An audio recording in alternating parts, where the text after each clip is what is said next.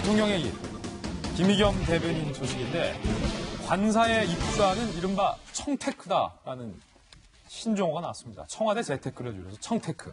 청테크로 시세 차익을 적게 잡아도 10억 이상 벌었다. 어디서는 20억 이상 김의겸 대변인이 최소 챙긴 거다라는 부동산 전문가들의 이야기도 나오고 있는 그런 상황입니다. 과연 김의겸 대변인이 투자한 그 건물의 가치가 얼마일까? 함께 보시죠. 원 플러스 상가.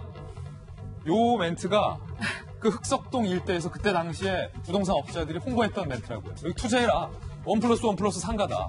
무슨 말인고 보니 김의겸 대변인이 매입한 25억 7천만 원짜리 재개발 건물이 재개발이 되면 그 건물이 무엇을 받을 수 있냐면 큰 아파트 한 채, 대형 평수 플러스 상가를 받거나 중소형 아파트 2채 플러스 상가로 보상을 받을 수 있는 정도의 건물이라는 거예요. 이건 모두가 다 동의하는 부분입니다. 큰 아파트 플러스 상가를 받거나 중소형 아파트 2채 플러스 상가를 받거나 엄청난 보상이 뒤따르는 거죠. 김의겸 대변인이 매입한 이후에 부동산 가격이 급증했다는 겁니다. 8개월 사이에 시세 차익을 앉아서 10억 원 챙겼다라는 평가가 현재 나오고 있는 상황이에요. 이걸 좀 더 예시로 저희가 한번 가정해봤습니다. For example, 예를 들어 김의겸 대변인이 41평형을 선택할 경우 조합원 분양가인 8억 원에 그걸 살 수가 있어요. 가져갈 수 있다는 거예요. 근데 사실 인근 40평 아파트는 25억 원을 호가한다고 합니다. 25억짜리를 8억 원에 가져갈 수 있으면 이거 엄청난 거죠. 근데 여기에 상가까지 더 주는 거잖아요. 원 플러스 원. 두 번째 경우. 아파트를 받은 후에도 여기서 끝이 아니다라는 거예요. 나머지 17억 원은 상가를 받고도 그 남은 거는 또 현금까지 챙겨갈 수 있다. 그러니까 대형 아파트 싸게 가져가고 상가 받고 남은 현금까지도 가질 수 있다. 김의겸 대변인이 산 이 건물의 부동산 가치는 최소 37억 원이다라는 얘기가 나오고 있습니다. 김병 박사님. 네. 어제 김 대변인은 이거 투기 아니다라고 펄쩍 뛰었어요. 근데 지금 이렇게 적게 잡아도 37억 상당의 재산 가치인데 이게 투기가 아니다. 최소 37억이고요. 예. 지역이 얼마만큼 개발될지에 따라서 그 가치가 추가적으로 어떻게 나갈지는 아무도 예단하기 어려운 상황입니다. 만약에 큰 대형 아파트 안 갖고 네. 요즘 인기 많은 24평, 27평 두 채의 상가까지 받으면 그거는 이 부분을 김의겸 대변인이 적극 부인하는 이유가 지금 1+1으로 들어가게 되면 사는 집 말고 더 갖지 말라고 하는 다주택에 해당되는 거잖아요. 그러니까 이것은 완전한 이율배반적인 상황에 놓이기 때문에 그게 아니고 나는 끝나고 들어갈 큰 거 하나만을 원했을 뿐이고 나머지 한 채에 대한 상가는 노후 보장용이다라고 얘기를 하고 있는데요. 성년차는 대목들이 한두 군데가 아닙니다. 일단은 여기에 대해서 청와대로 언제든지 나와야 되잖아요. 김의겸 대변인. 예. 당장 문재인 대통령이 이 문제가 심각하니 당장 내일 나가세요라고 하면 나와야 되지 않습니까? 그럼 나가서 어디를 가죠? 김의겸 대변인이 이제?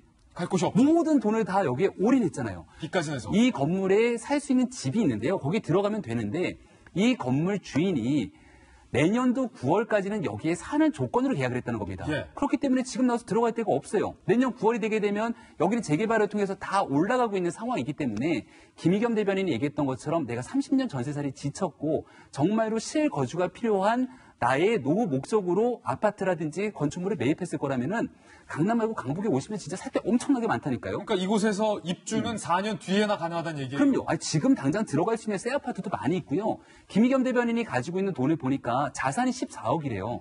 아니, 자산이 14억을 가지고 있는 분이 30년 전세를 산다는 것도 잘 이해가 되지 않는데 14억 가지고 제가 살고 있는 동네에 오시면요. 살 수 있는 모든 좋은 데 다 살 수 있고 아파트 사고 나서 추가로 조그만 건물까지 하나 사갖고서 노후 대책까지 다 가능합니다. 구경의 울분. 흑석동 가실 필요가 없어요, 대변인님. 네.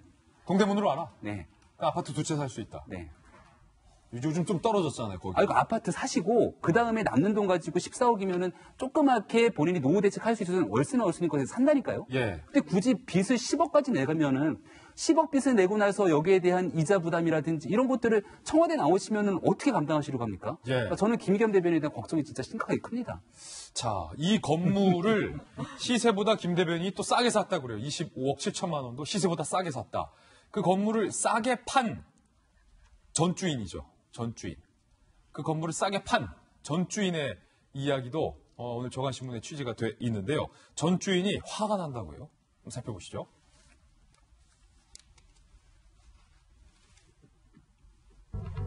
금싸라기 건물 싸게 판 전주인. 전시예요, 전시. 전주인이라서. 5천만 원 넘는 상속세를 낼 자신이 없어서 건물을 내놨다. 어쩔 수 없이. 뉴스 보고 나서야 건물 산 사람이 청와대 대변인이라는 걸 알았다.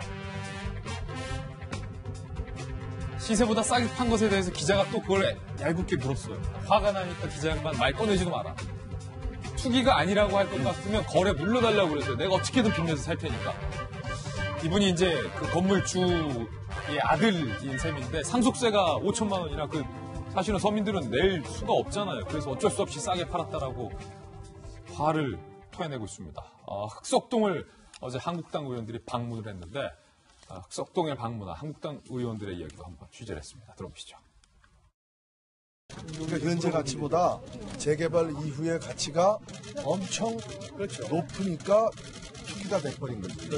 여기가 핵심이네. 이게 핵심이죠. 도로가 얼마나 도로가 이렇게 딱 되니까. 흑석역이 바로 옆에 있고. 아니, 자기의 남는 잉여 자산으로 여유 자금으로 하는 게 아니고 전부 다 팔았잖아요. 집도 전부 다 팔고 몰빵을 하고 있다가 대출을 받아가지고 했기 때문에 몰빵해서 그냥 투기하는 거네. 투기의 모범 사례네 아주 그냥. 서민들은 경제가 나빠서 애를 쓰고 있고 힘들어하고 있고 정부는 소득 주도 성장을 외치고 있는데 그 정부의 입인 청와대 대변인은 돈을 전부 다 처분해서 이 건물 하나에 몰빵을 했습니다. 개발되는 정보가 센 것은 아닌지 운영위원회와 국토위원회 소집을 통해서 샅샅이 밝히도록 할 것입니다. 한국당을 포함한 야 4당이 모두 김의겸 대변인을 사퇴하라라는 비판의 성명을 낸 상황입니다. 청와대도 김 대변인의 거취를 고민하고 있는 것으로 현재 취재가 되고 있는데 김 대변인의 해명도 이쯤에서 한번 소개를 해드려야 될 것 같습니다.